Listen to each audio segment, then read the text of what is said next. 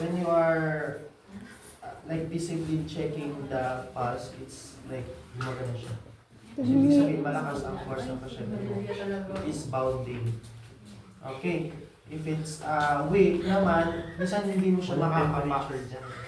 Okay, hindi mo siya makakapa. Like super hina siya. Minsan magkapa-kapa para hindi mo ma-feel. Kaya mas lalo mong hindi. Okay, that's why there's two options. If you cannot find for the radial pulse, then you can go for the apical pulse.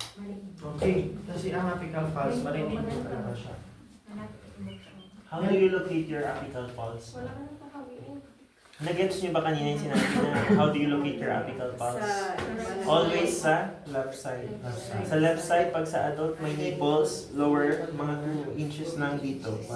Okay? May mga positionings. Pag sa infant, meron din. Pag sa child, yung 4 to 1.5 centimeter dito par. Pag sa adult, okay, always sa left side. Walang sa right. Pero yung completion niyo dapat i-perform talaga ang completion na. Like for example, ang completion niyo like providing comfort, tapos ilaw ang bed, tapos maglalagay kayo ng system call or method of calling for the patient. You need to instruct the patient, okay, if you have anything, just press this one. This is your system call. Then after giving comfort, adjusting the bed, giving the system call, clean your area, wash your hands, and last is print and report and report. Okay, yun lang. Ganun, parang actually lahat ng demonstration natin pare-parehas sa completion. Okay, so nakakuha o may tanong pa kayo?